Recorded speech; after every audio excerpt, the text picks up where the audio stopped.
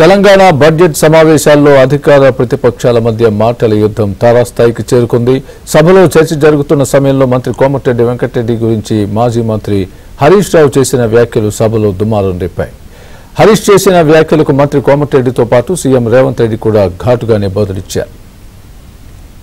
నేను కోమటిరెడ్డి గారికి ఘాటుగా సమాధానం చెప్పగలుగుతా, కానీ నా బాధ ఏంటంటే it will deviate.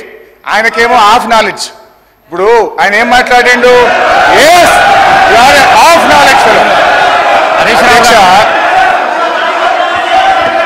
Harish Rao గారు ఐ విల్ టెల్ ఆ మాటను విరమించుకోండి. ఓకే, మీకు ఇబ్బంది ఉంటే తొలగించండి, నాకు అభ్యంతరం లేదు.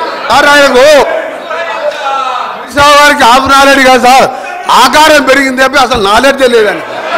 ఆకారం పెరిగింది, ఆయన నాలెడ్జ్ ఎక్కడ సార్? ఆయన డమ్మీ మినిస్టర్, ఆయన డమ్మీ అల్లుడు. ఆయనకు హాఫ్ నాలెడ్జ్ కాదు, ఆకారం పెరగానే సరిపోదు, బుద్ధి ఉండాలి. దళితులు ముఖ్యమంత్రి అన్నాడా లేడా? మీ మామ అన్నాడా లేడా? తప్పు చెప్పు, మీ మామ అన్నాడా లేడా? వారికి హాఫ్ నాలెడ్జ్ అని, వారికేమో హాఫ్ నాలెడ్జ్, పెద్దానికేమో ఫుల్ నాలెడ్జ్. ఇక మేము ఏం చేస్తాం అధ్యక్ష? కాబట్టి అందుకే సభలో వాస్తవాలు మాట్లాడితే బాగుంటుంది.